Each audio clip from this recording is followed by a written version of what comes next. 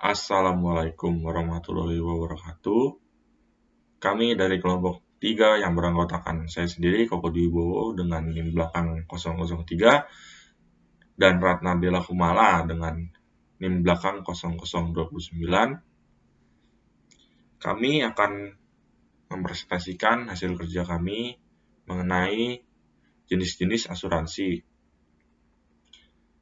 pada mata kuliah manajemen asuransi yang diampu oleh Bu Anafil dan Bu Anissa Yasmin. Baik, jadi pokok pembahasan kami pada hari ini yaitu membahas jenis-jenis asuransi, artinya mengelompokkan fokus dan risiko agar dapat ditentukan ukuran keseragaman dalam risiko yang ditanggung sesuai jenis kebijakan. Berikut ini jenis-jenis asuransi yang ada di Indonesia. Pertama ada asuransi jiwa, asuransi kesehatan, asuransi pendidikan, asuransi dana hari tua, asuransi umum, dan asuransi sukarela.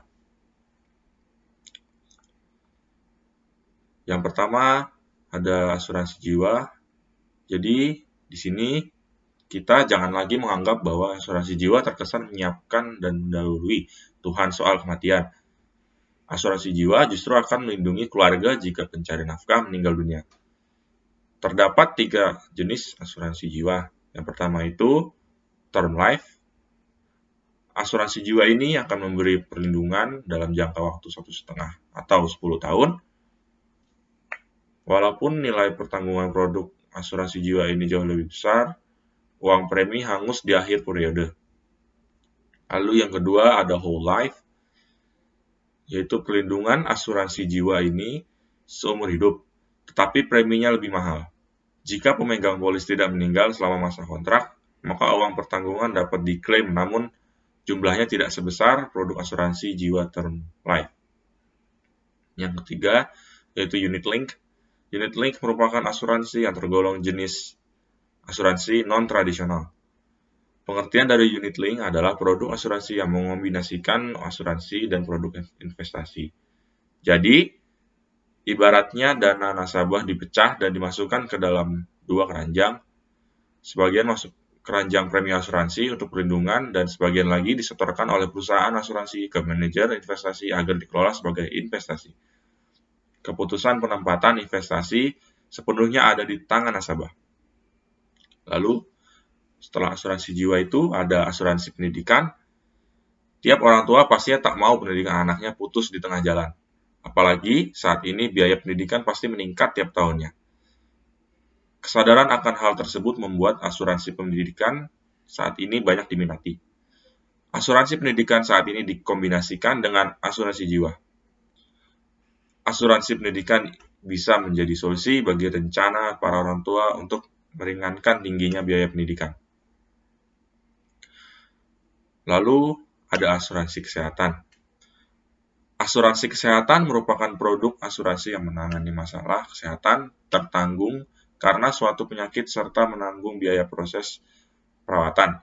Umumnya, penyebab sakit tertanggung yang biayanya dapat ditanggung oleh perusahaan asuransi adalah cedera, cacat, sakit, penyakit kritis, hingga kematian karena kecelakaan. Pada umumnya, perusahaan-perusahaan dengan skala menengah sampai besar sudah memberikan asuransi kesehatan kepada setiap karyawannya. Tetapi sebagai karyawan sangat disarankan untuk menambah asuransi kesehatan agar lebih terlindungi. Lalu selanjutnya, asuransi dana hari tua. Asuransi dana hari tua atau pensiun secara produk saat ini banyak yang dikombinasikan dengan produk asuransi jiwa. Tujuan dari asuransi ini adalah untuk melindungi kecukupan finansial seseorang ketika sudah tidak produktif lagi. Mudahnya, asuransi ini membantu kita dalam mengumpulkan dana pensiun. Ketika masa pensiun datang, kita bisa mendapatkan jumlah pensiun reguler. Bila terjadi kasus kematian, keluarga tertanggung dapat mengklaim uang pertanggungan. Selanjutnya ada asuransi umum yang akan dilanjutkan oleh rekan saya, Mbak Ratna Bella Kumala. Dipersilahkan waktu dan layar. Yang selanjutnya dari jenis-jenis asuransi ada asuransi umum. Asuransi umum menawarkan kompensasi finansial atas kerugian selain kematian. Asuransi ini mengasuransikan segalanya selain dari kehidupan manusia, seperti rumah, mobil, sepeda, kesehatan, perjalanan, dan lain-lain. Sederhananya, asuransi umum menawarkan perlindungan finansial untuk semua aset tertanggung terhadap kehilangan, kerusakan, pencurian, dan kewajiban lainnya. Asuransi umum sendiri punya beberapa jenis dan dapat disesuaikan dengan kebutuhan kita sebagai nasabah.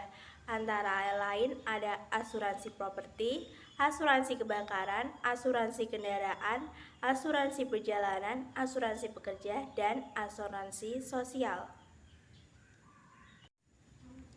Asuransi properti jenis perlindungan terhadap aset properti seperti rumah, apartemen, ataupun perkantoran. Tujuannya adalah untuk mengantisipasi kerugian finansial akibat kejadian yang tak terduga yang menimpa properti Anda. Kejadian ini seperti bencana, hal-hal lain akibat kelalaian manusia seperti kebakaran, ledakan, ataupun kerusuhan yang terjadi. Yang selanjutnya ada asuransi kebakaran, yaitu suatu bentuk asuransi yang menjamin kerugian dan kerusakan akibat terjadi kebakaran atau resiko perluasan yang menimpa objek pertanggungjawaban.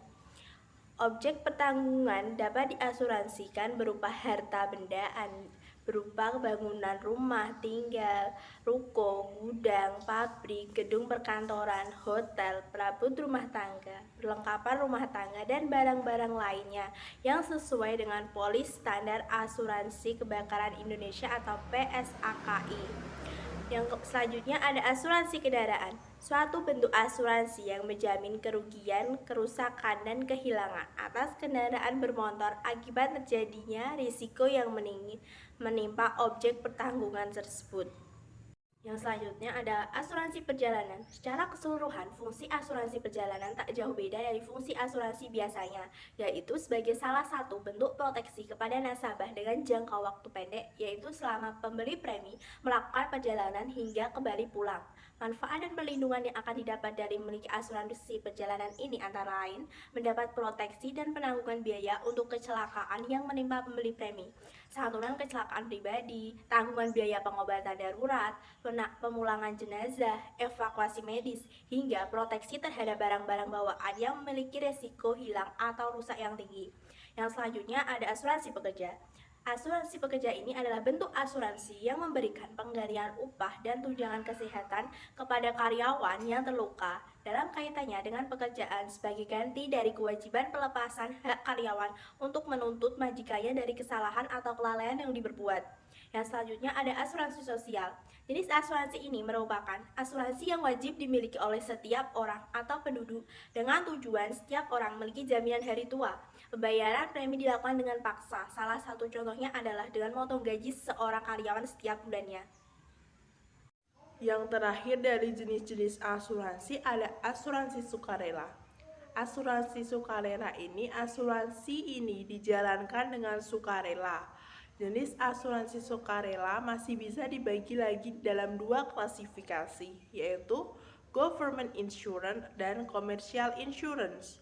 Government insurance merupakan asuransi yang dijalankan oleh pemerintah, sementara commercial insurance merupakan asuransi yang ditujukan untuk memberi proteksi kepada seseorang atau keluarga serta perusahaan dari risiko yang mungkin muncul akibat unexpected events. Sekian presentasi dari kelompok kami tentang jenis-jenis asuransi. Kurang lebihnya saya dan kelompok saya minta maaf.